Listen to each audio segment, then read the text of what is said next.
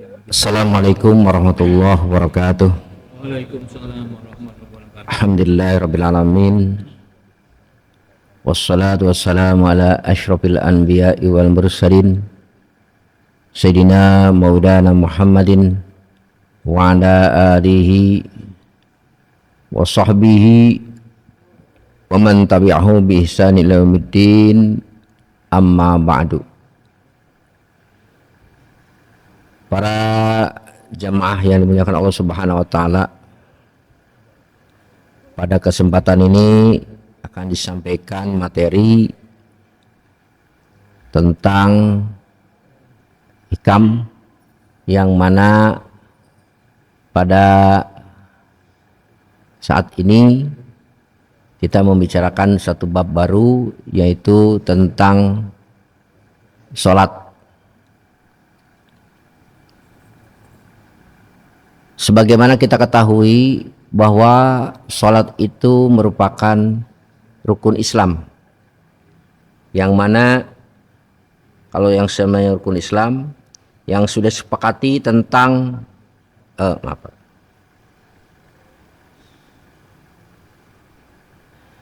kewajibannya, sehingga bila ada orang yang membantahnya, ya, itu sudah dianggap kufur atau murtad, karena hukumnya sudah benar-benar jelas di dalam kesepakatan para ulama wajib fardu ain. Nah, sholat ini ya di samping sebagai rukun Islam juga banyak lagi perannya untuk kita ketahui, agar nanti kita ketika menjalankan sholat 5 waktu itu ada semacam semangat yang ada pada kita, sehingga tidak hanya sekedar melaksanakan sholat menggugurkan kewajiban, tapi ada lebih daripada itu.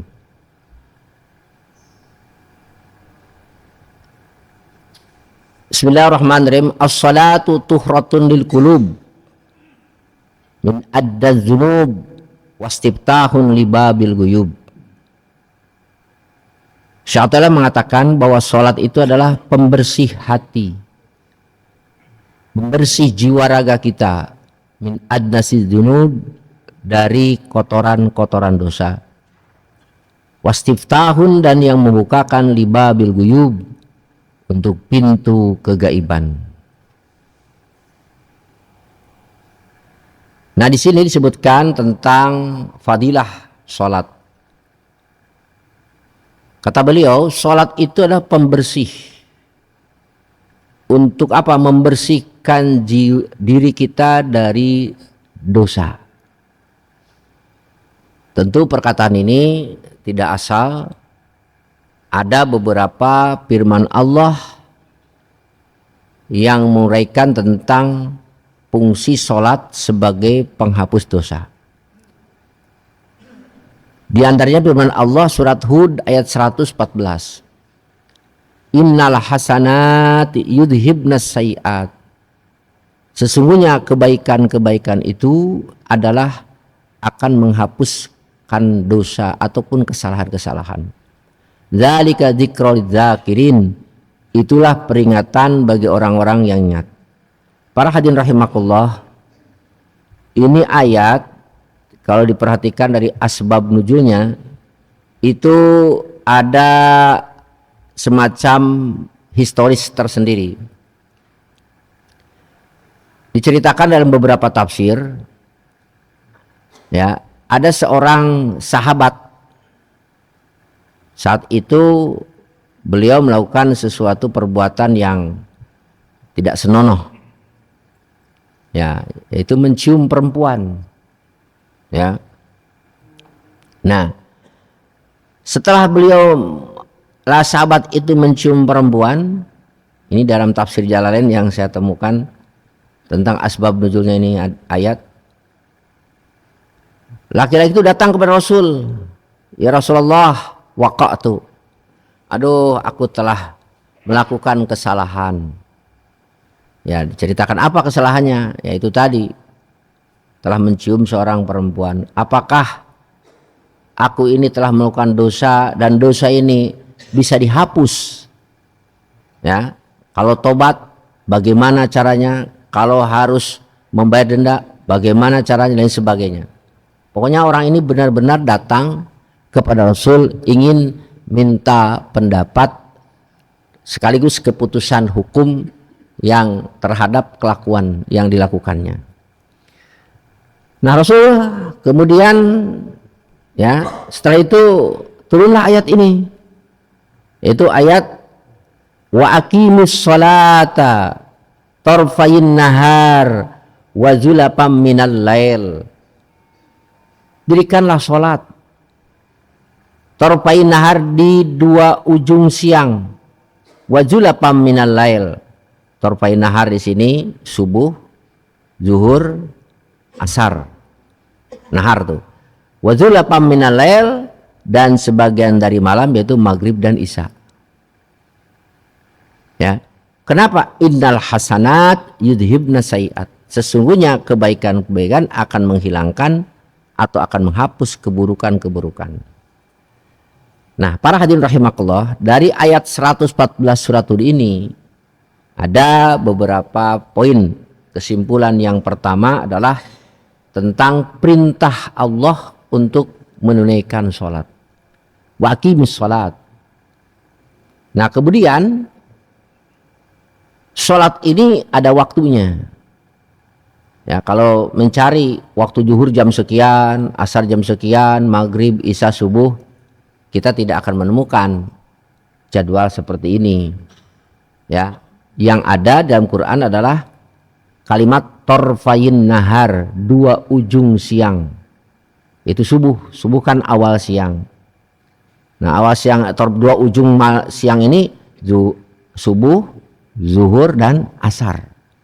Kemudian wazulafam minal lail. Nah, sholat di waktu malam yaitu maghrib dan isya. Dari situ Nabi yang memperinci tentang sholat subuh itu ketika terbit fajar. Ya, sholat zuhur ketika tergelincir matahari. Kemudian sholat asar ketika bayangan, ya, bayangan itu sama dengan aslinya, sama dengan ukuran benda aslinya. Kalau aslinya 15 cm, bayangannya 15 cm, itu sudah habis waktu zuhur, masuk waktu asar. Maghrib kemudian waktunya ditentukan oleh Rasul berdasarkan menafsirkan ayat ini, yaitu pada saat terbenam matahari. Ya. Nah, terbenam matahari masuklah waktu malam.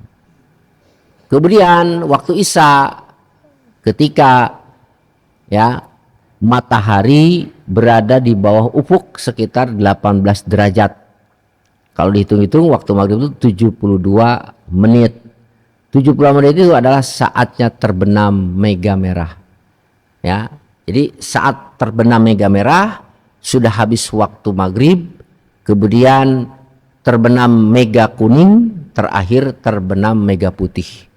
Sebenarnya ketika terbenam mega merah sudah diperbolehkan melaksanakan sholat isya. Tetapi kalau menurut beberapa hadis, Nabi itu suka mengakhirkan sholat isya. Nah, mengakhirkan sholat isya itu beliau yaitu menanti terbenamnya mega putih. Ya, jadi Bapak kalau ke laut lihat tuh. Ya, ketika matahari terbenam itu kan merah, terus pelan-pelan hilang mega merah, masih ada kuning, masih ada putih. Kebetulan saya kalau nengok anak di sana di Jepara itu suka ke laut melihat matahari terbenam. Nah itu Pak, ya jadi melaksanakan sholat itu harus di dalam waktunya. Ya. Nah kemudian di sini disebutkan innal hasanat, kebaikan. Tidak disebutkan sesungguhnya sholat. Tapi Allah menguraikan dengan secara umum. Dalam tafsir Muqarratum Tafasir disebutkan inna filal khairat, sesungguhnya melakukan kebaikan-kebaikan yukaffiru dzunubis salifah, akan menghapus dosa-dosa yang lalu. Ya. Nah di sini ya memberikan besar, salah satu daripada kebaikan itu adalah sholat. Jadi sholat itu punya peran adalah menghapus dosa. Nah, para hadirin rahimakumullah, kemudian juga di samping itu ada sabda baginda Nabi Muhammad SAW yang menguraikan tentang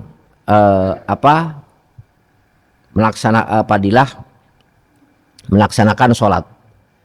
Nah, diantaranya yaitu dari baginda Nabi Muhammad SAW ini, beliau mengungkapkan, mengumpamakan bagaimana menurut kalian, kata beliau, andai kata kalian itu innama masalul sholati kamasali nahari azbin yamurru bibabi ahadikum yaktahimu fi kulli yaumin khamsa marat fama tarawna zalika ayyabaqi min dauranihi syai'a. Ya, sesungguhnya perumpamaan sholat itu adalah seperti air sungai yang airnya jernih, bening, hingga dasar sungai itu pun terlihat dari atas. Ya, airnya tawar, ya, bisa dikonsumsi. Kemudian si sungai yang airnya bening jernih itu lewat rumah kalian, atau kalian punya tempat tinggal di depan sungai, depannya ada sungai yang jernih. Kemudian yaktaimu fi kulli yaumin khamsa marat, kalian mandi setiap hari 5 kali. Pama tarawna dzalik, bagaimana coba menurut pendapat kalian? Ayab komen dauni syai'a, apakah mandi 5 kali itu akan menyisakan kotoran, ya, daki dan lain sebagainya? Sahabat menjawab, tentu tidak ya Rasulullah. Jangankan 5 kali, 2 kali aja kita mandi, alhamdulillah, ya, bau badan kita hilang, kemudian juga daki atau kotoran bisa hilang kalau kita menggunakan sabun dan menggosok-gosoknya. Apalagi 5 kali. Nah, kemudian kata Rasul, begitu juga sholat. Kalau sholat dilakukan, ya, setiap hari 5 kali, itu juga akan menghapusi dosa-dosa kecil yang dilakukan kalian. Nah, para hadirin rahimakumullah, kemudian, ya, jangankan kita bicara tentang sholat sebagai penghapus dosa. Kalau bicara masalah penghapusan dosa, saya sering menyampaikan bahwasanya ibadah itu bukan hanya sekedar kita lakukan untuk menggugurkan kewajiban di antara sholat, tetapi ibadah yang kita lakukan itu adalah bagian daripada cara Allah, ya, merealisasikan nama Allah sebagai Al-Ghafur, Al-Ghaffar. Sehingga ketika Allah Maha Pengasih, Maha Pengampun, ya, Ghafur, Ghaffar, kemudian juga diikuti Rahim, ya, kata Allah, karena aku sebagai Maha Pengampun, Maha Penyayang kepada kalian, aku mewajibkan A, B, C, bahkan ada juga yang sunat, yang wajib harus dilaksanakan, yang sunat sangat dianjurkan dilaksanakan, bukannya sekedar mendatangkan pahala buat kalian, tetapi juga sebagai penghapus dosa-dosa kalian. Ya, kita berjalan dari rumah ke masjid, kata baginda Nabi, tidaklah satu langkah dilangkahkan kecuali sebagai penghapus dosa, penanggi derajat. Kemudian juga ketika kita datang ke masjid, menanti datangnya waktu sholat, ya, misalnya 5, 10, 11 sampai 15, 20 menit, bahkan sebelum waktunya sudah menunggu sholat. Dia punya peran sebagai penghapus dosa. Dianggap sebagai orang yang sholat sekalipun tidak sholat, kata Nabi, ya, diamini doanya oleh malaikat. Kemudian wudu, kata baginda Nabi, tidaklah seseorang mukmin berwudu kecuali ketika membasuh wajahnya, maka rontoklah dosa-dosa yang diakibatkan oleh organ tubuh yang ada pada mata, pada wajah, maaf, dari matanya, dari mulutnya, Tidaklah seorang hamba yang mukmin berwudu dengan membasuh kedua tangannya, maka hilanglah dosa-dosa akibat tangannya. Selanjutnya, kaki juga sama. Jadi kalau fasilitas ya perjalanan itu untuk melaksanakan sholat saja begitu hebatnya pengampunan Allah diberikan kepada seorang hamba, dari mulai berjalannya, dari wudunya, dari menanti sholatnya, apalagi sholatnya. Ya, apalagi sholatnya. Itu Pak.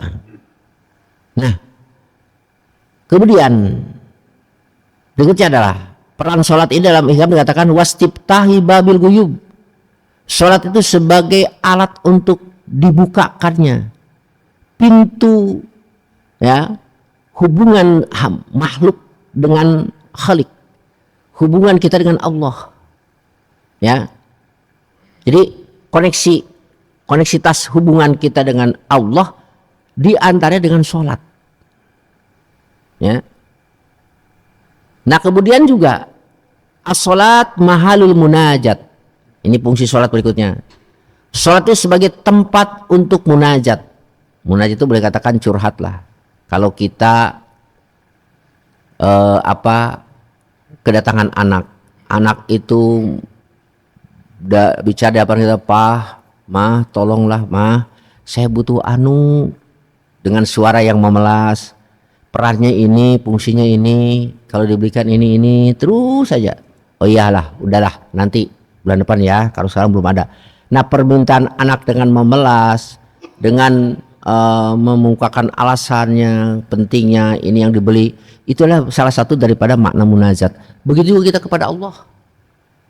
Ya, misalnya sepertiga malam, ya Allah, Kau Maha tahu akan kebutuhanku, keinginanku, penuhilah ya Allah satu persatu. Nah, itu munajat. Nah di sholat tuh ada munajat. Diawali dengan Allahu Akbar kabira walhamdulillahi katsira subhanallah, terus memuji-muji kepada Allah, subhana rabbiyal a'la, subhana rabbiyal azim. Saat kita duduk, rabbighfirli warhamni wazburni, ada doa di situ. Ya. Nah itulah sholat itu malah munajat. Ibadah-ibadah lain tidak ada munajat seperti yang ada dalam sholat. Ya, bahkan kalau kita melaksanakan ibadah dari rukun Islam ini, ya, nggak ada rukun yang kewajiban yang harus dibaca selain pada sholat. Ya, jadi syahadat ya, kalau syahadat sudah pasti asyhadu an la ilaha illallah. Coba kalau kita puasa, ya, niat pun hanya sunat mengucapkan itu sama godin, yang penting hati, ada hati yang niat. Kemudian zakat juga niat mengeluarkan zakat, isinya dalam hati. Haji juga sama, labbaik Allahumma hajjan wa kemudian labbaik Allahumma umratan, sunnah diucapkan, yang penting hatinya berniat. Tapi dalam sholat dalam haji umrah pun tidak ada rutinitas yang diharuskan untuk dibaca. Nggak ada baca yang wajib dibaca ketika tawaf pertama, kedua, ketiga, satu, nggak ada. Sunnah semuanya. Sa'i pun demikian. Di Arafah wukuf demikian. Di Mina, di Muzdalifah, semuanya proses bacaan itu tidak wajib. Tapi dalam sholat ada yang dibaca, takbir, nggak boleh terjemahkan, harus dengan bahasa Allahu Akbar. Fatihah harus dibaca. Kemudian kita ada kewajiban membaca tasyahud akhir. Kemudian yang keempat membaca sholawat kepada Nabi. Yang kelima membaca salam. Itu semua adalah untuk merealisasikan bahwa sholat itu adalah tempat bermunajat kita kepada Allah. Komunikasi, curhat kita kepada Allah. Nah, kemudian dari munajat itu apalagi yang terjadi? Tusriku biha syawarikul anwar, maka lambat laun hati yang gelap gulita akan mulai remang-remang, kemudian akan bersinar. Ya. Nah, hadirin rahimakumullah. Kemudian mungkin timbul pertanyaan, bagaimana agar sholat ini bisa, bagaimana kita melaksanakan sholat bisa memperoleh padilah, ya, fungsi seperti yang disebutkan di atas tadi, sebagai penghapus dosa, ya, sebagai apa, komunikasi kita dengan Allah, sebagai tempat munajat yang menghasilkan nur cahaya ma'rifat mengenal kepada Allah Subhanahu wa taala. Nah, tentu di sini Bapak sekalian harus diingat oleh kita bahwa kita ini ketika sholat janganlah hanya sekedar orang yang memunculkan sholat, tapi harus muqimus sholat, ya, muqimus sholat. Sehingga kalau kita redaksi dari Al-Quran, tadi saya bacakan firman Allah surat Al-Hud, aqimis sholat, dirikanlah sholat, ya, tegakkanlah sholat. Kemudian lagi ketika alladzina yuqimun alladzina bil ghaibi wa yuqimuna sholat, orang-orang yang mendirikan sholat, aqimis sholat, perintah sholat itu bukan sholli tapi aqimus sholat. Kalau tidak salah, sholli itu tidak diartikan sholat. Kalau ada pun kalimat apa, hud min amal sholli, ada sholli dalam Quran, ada kalimat sholli, bukan sholat, doa artinya. Tapi untuk perintah sholat itu dengan aqimus sholat, aqimus sholat, ya. Ada salah orang tafsir, aqimu itu bukan dari aqoma katanya, tapi dari qawama. Qawama itu teguh kukuh. Seperti apa teguh kukuh itu? Berbagai tafsir mengatakan bil muhafadzah. Pertama, bil muhafadzah ala syurut wal arkan wal adab. Ya, melaksanakan sholat dengan apa? Pertama adalah syarat sholatnya yang optimal, yang maksimal. Dari mulai wudunya yang benar, bagus, baik. Jangan asal-asal wudu itu, harus benar-benar ketika membasuh wajah, benar nggak wajah ini yang dibasuh itu seperti ini. Jangan sampai basuh wajah cuma pipi, nggak sampai ke apa, telinga ke sini. Begitu juga masih ada orang yang basuh tangan hanya sampai ketika menggunakan ini lengan tangan sampai di sini, sehingga sikunya juga nggak terbasuh. Masih banyak yang terlihat seperti itu, Pak. Sholat di rest area, sholat di masjid besar, ketika waktu berjamaah tiba, aduh miris juga ini kalau sholatnya seperti ini. Bagaimana sah sholatnya, wudunya nggak sah. Kemudian cobalah laksanakan juga syarat sholat menutupi aurat. Mungkin Bapak bisa melihat ada orang yang sholat pakai kaos pendek, pakai baju pendek, pakai celana melorot.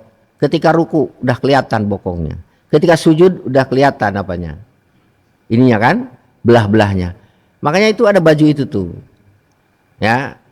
Ketika perhatikan ini, ketika kita sholat pakai kaos, pakai baju yang pendek, itu baju panjang itu bagus, itu bisa menutupi. Tujuannya kan itu untuk menutupi bokong ini, tanpa disadari suka kelihatan. Makanya kalau sholat pakai celana, ini kalau mungkin saya diterima tipsnya, masukkan kaos dalam ke dalam, ikat pinggangnya dikencangkan, kemudian kita coba dulu kelihatan nggak nih bokong nih. Harus, Pak, karena menutupi aurat itu syarat sholat, ya. Bagi ibu-ibu sama Bu, hati-hati Bu, sehelai rambut terlihat itu tidak sah sholatnya. Jari-jari kaki ketika sujud terlihat juga, itu terlihat aurat kan, sampai telapak kaki bagi perempuan kan aurat. Pakai mukenanya melorot ke sini. Coba perhatikan di sisi kita nih, Pak. Ini kan mukenanya ke sini melorotnya. Ini dagunya kelihatan. Ini dagu ini aurat. Ya. Makanya oleh itu kencengkan ininya, seret ke sini. Ya. Pakai apa? Pakai kalau saya sama istri itu pakai masker coba talikan sini. Set gini. Jadi ini yang kelihatan. Ini aurat. Sehelai rambut aurat. Ini aurat kalau bagi perempuan. Telapak kaki aurat ketika sholat. Ya, hati-hati. Ini dulu syarat sholat gitu. Ya. Kemudian di samping syarat sholat dilaksanakan, kita laksanakan rukun sholat. Tadi sudah sampaikan ada rukun bangsa hati, rukun kolbi, niat.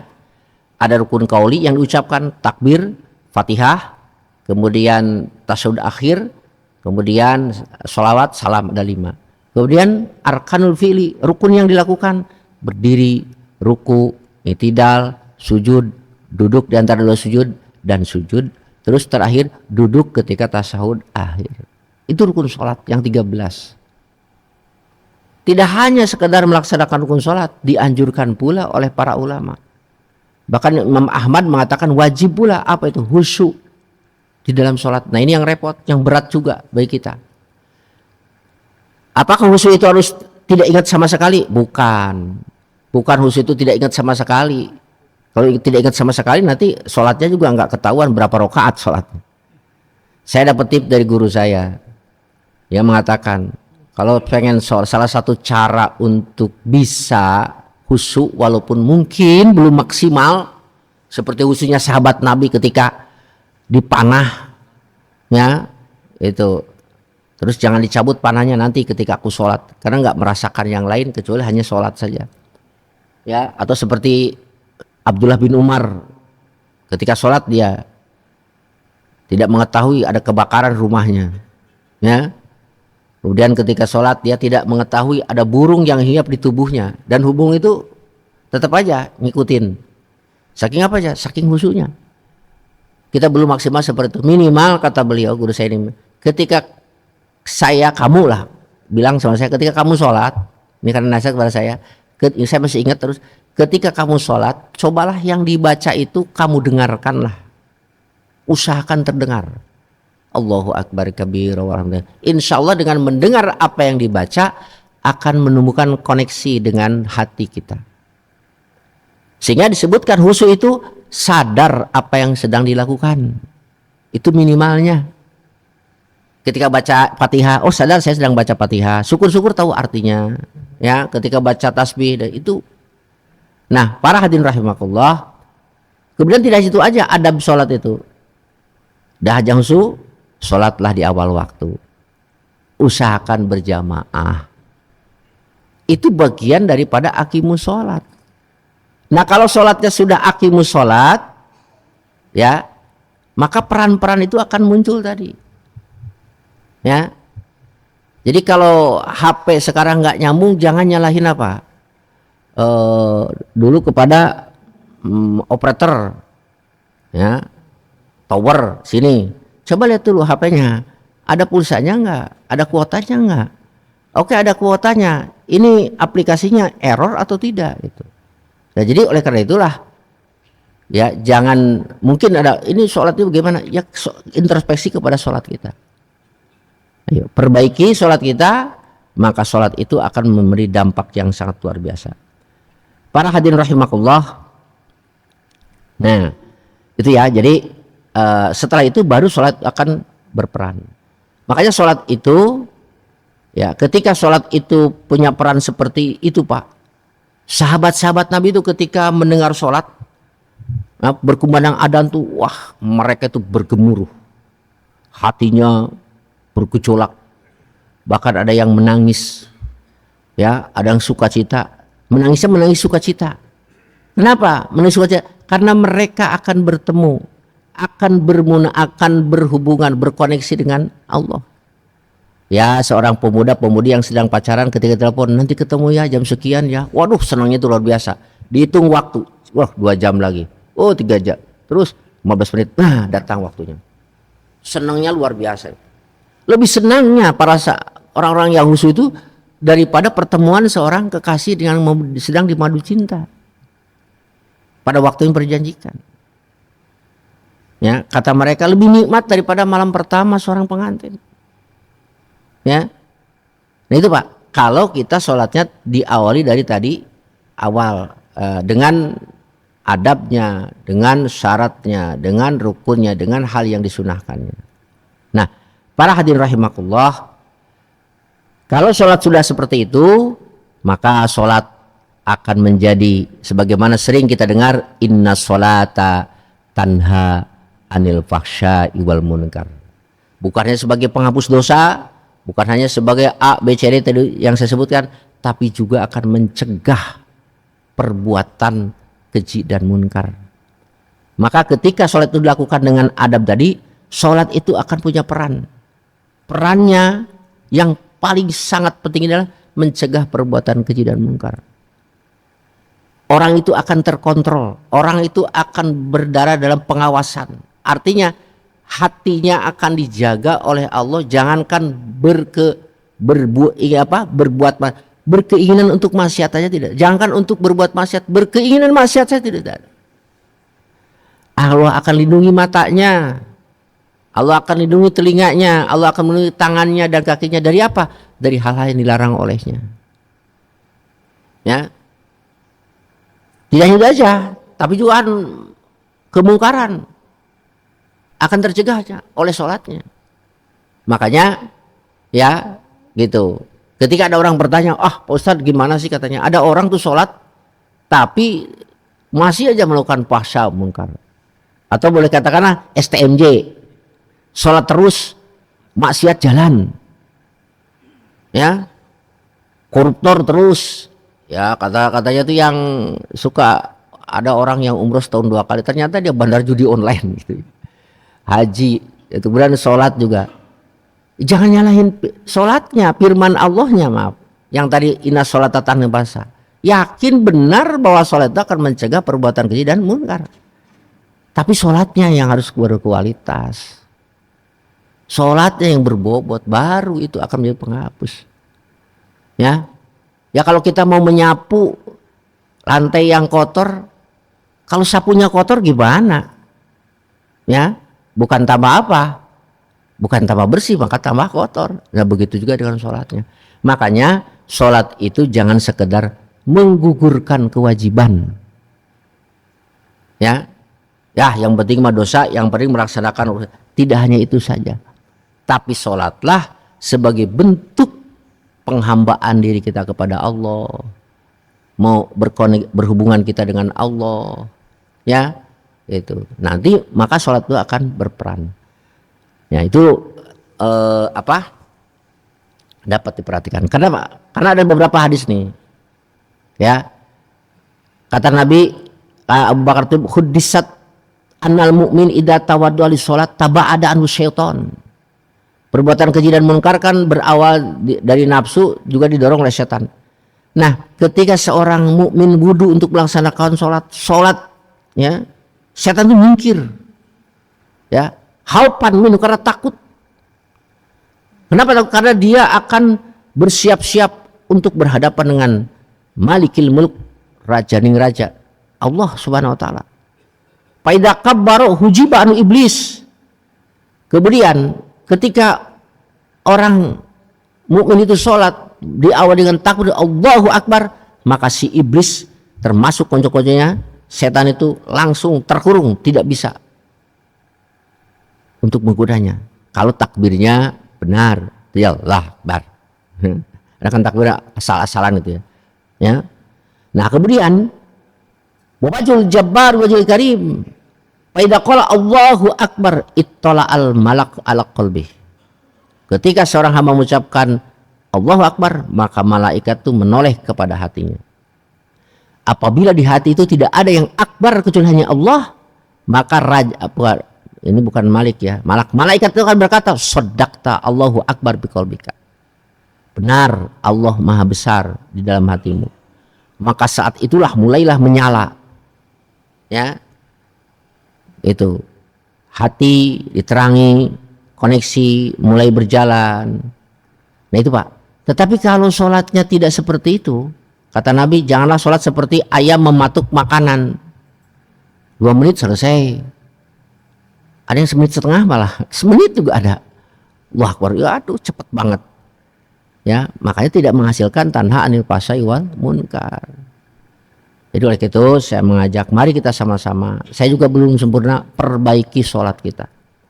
Mulai daripada kesiapan wudunya dengan baik, kemudian juga dengan menutupi aurat dan lain sebagainya. Insya Allah sholat itu akan sangat besar sekali faedah sama kita.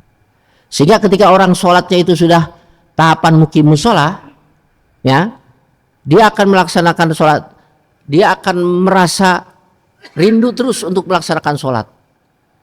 Tidak hanya yang wajib, sunnahnya tambah lagi. Ya, tadinya tidak suka qobliyah, tambah qobliyah, ba'diyah, terus tambah lagi. Oh, dia ada sholat tahajud. Oh, ini ada sholat duha, ada sholat tahajud, ada sholat tobat dan lain sebagainya. Ya. Para hadirin rahimakumullah, ketika saya berkunjung ke makam Rabi'atul Adawiyah, seorang sufi agung yang ada di Kairo. Di situ ada penjaga sholat, iseng-iseng nanya, penjaga makamnya. Saya tanya, kam rakaah sholat Rabi'atul Adawiyah? Kullal lail. Ya, dalam artian berapa rakaat Rabi'ah Adawiyah itu kalau sholat semalam? Dia mengatakan alf rakaat, 1000 rakaat. Masya Allah, 1000 rakaat sholat sunat mutlaknya, ya itu 1000 rakaat. Jadi zikirnya itu komunikasi dengan Allah dengan memperbanyak sholat. Ya, kenapa kok bisa gitu? Lelahkah? Tidak merasa lelah. Nikmat yang ada, Pak. Tadi saya sampaikan, pengantin aja nggak terasa waktu 20. Coba aja, mungkin kita merasa ketika pengantinan itu nggak kerasa waktu begitu cepat gitu, saking nikmatnya. Mereka itu lebih daripada itu, ya. Nah jadi sekali lagi ini hikam ini mengajarkan kepada kita tentang sholat. Mudah-mudahan ya apa yang tersampaikan tentang sholat ini dapat meningkatkan kualitas sholat kita, terutama sholat 5 waktu kita dan juga sholat-sholat yang lainnya. Demikian barangkali yang dapat saya sampaikan, mohon maaf sekurangannya. Wallahu muwaffiq wal muwaffiq. Wassalamualaikum warahmatullahi wabarakatuh. Waalaikumsalam warahmatullahi wabarakatuh. Jemaah masih perlu Jambi, saya jelaskan tadi bagaimana supaya kita sholat itu khusyuk atau juga sholat kita itu bisa diterima. Kita jaga syarat-syaratnya, bagaimana supaya aurat kita tidak terlihat. Untuk laki-laki, aurat kita itu mulai dari pusat sampai lutut. Bagaimana ketika kita sujud, apakah pakaian yang kita pakai itu naik ke atas atau tidak? Maka di sini saya menyiapkan baju yang bisa dipakai untuk sholat. Mungkin dari bapak-bapak ada yang ingin bertanya mengenai sholat ini, kami persilahkan. Baik, Bapak Haji.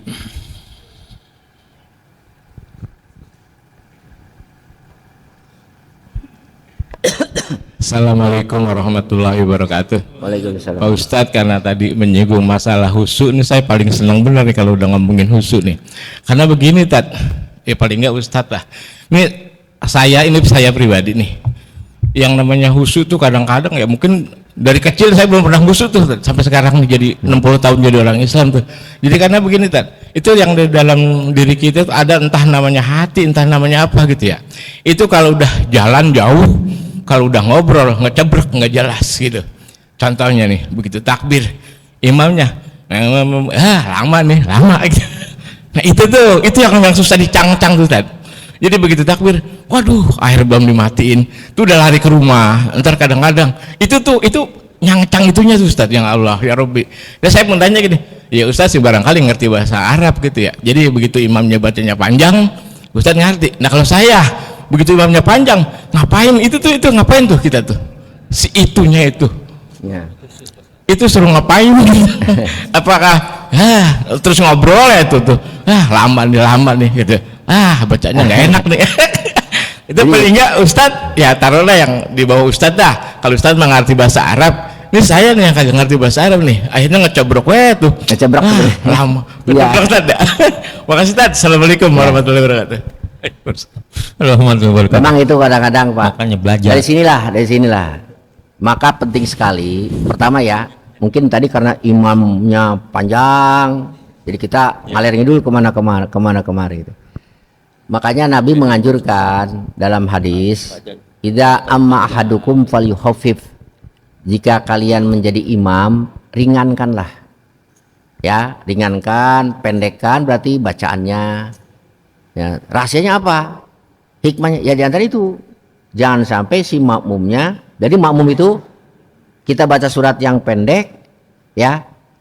Kita imam beres, makmum pun selesai baca Fatihah. Ya. Ini kalau panjang kan ngalir ngidul ke sana kemari tuh. Ngolor ngidul ke sana kemari hatinya.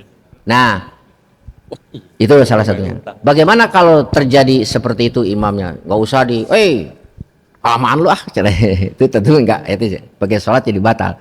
Kita isi aja hati kita dengan zikir. Salah satunya nih kalau dari saya itu Allah, Allah, Allah, Allah, Allah, Allah. Terus aja gitu. Ya, hatinya di dadanya sambil kita sambil tunduk, ya gitu. Hatinya tutup zikrullah. Karena kan sholat itu aqimis sholata li zikri. Sholat di kana sholat untuk mengingatku. Mengingat Allah tadi sudah dengan takbir, dengan anu. Sementara kita tidak bisa imam sedang baca, lalu gimana kita? Kalau mampu ya anjuran secara syariatnya apa? Dengarkan. Tapi kita dengarkan bacaannya, dengarkan sebisa mungkin. Kemudian hati juga diusahakan untuk connect dengan Allah, Allah, Allah. Itu Pak, itu saran dari guru-guru saya seperti itu. Mungkin yang lain? Jadi Bapak. Sedikit kalau tambahan dari saya supaya ini tadi Pak Haji, lebih baik sholat ingat kemana-mana daripada kemana-mana nggak ingat sholat. Silahkan dibikin ini. Saya ulang lagi ya. Lebih baik sholat ingat kemana-mana daripada kemana-mana nggak ingat sholat. Setuju ya? Bener nggak? Ya masih bener. Masih. Iya. Lebih baik sholat ingat kemana-mana daripada kemana-mana nggak sholat.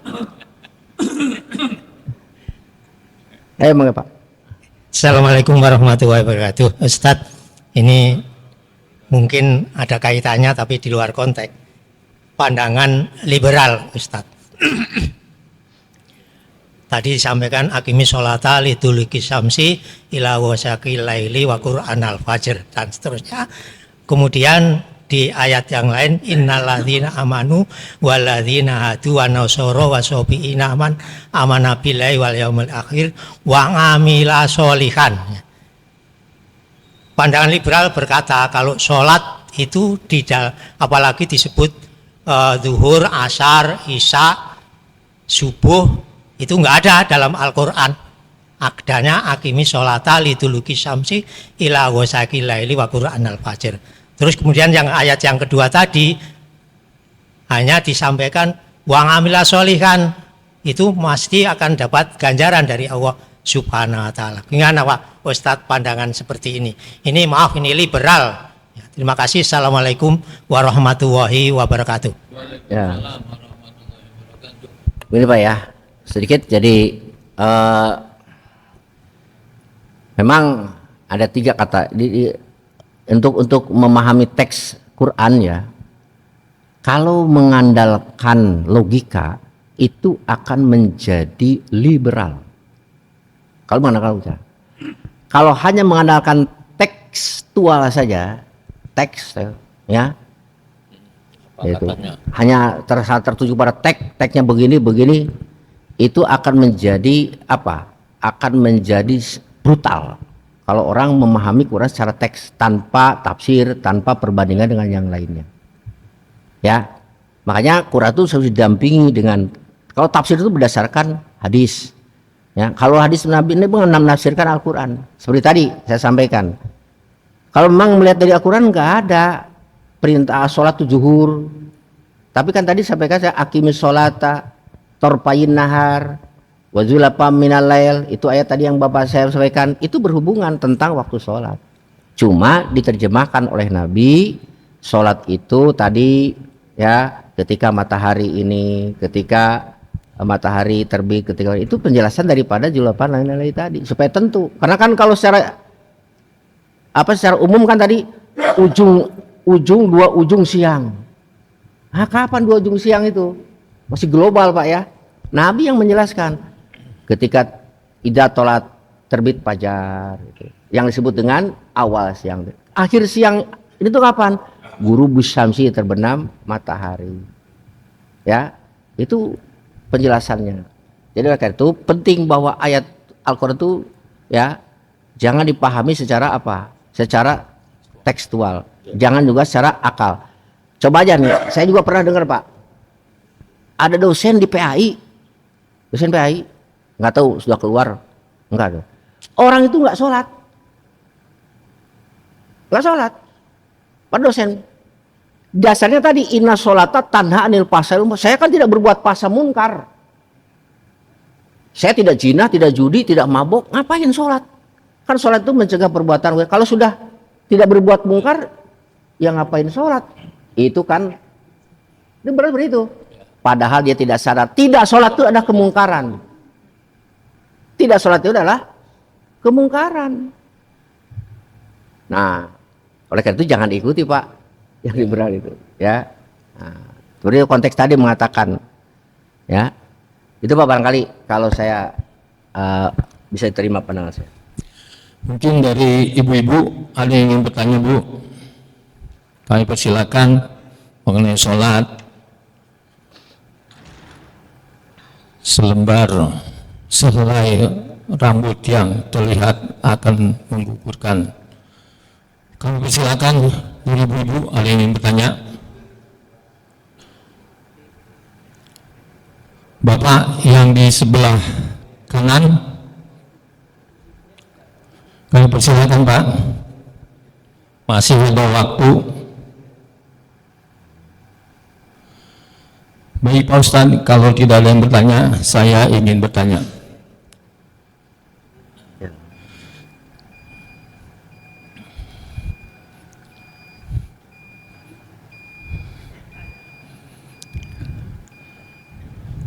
Sesuai dengan ayat tadi, inna sholata tanha 'anil fahsya'i wal munkar. Ya. Itu tanda-tandanya, itu untuk orang yang selalu sholat, kemudian juga dia terhindar dari hal-hal itu tanda-tandanya bagaimana orang tersebut Pak Ustaz? Terima kasih. Tanda-tanda orang yang Ya kan ada yang tadi saya bilang STMJ, ya, sholat terus, maksiat jalan. Nah itu bagaimana Pak Ustaz? ya kalau orang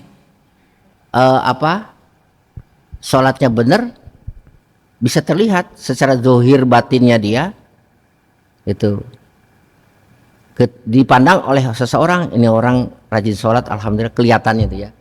Ya, dosa-dosa besar terhindari. Banyak kan orang yang insaf ya, ketika orang berbuat maksiat terus melaksanakan sholat.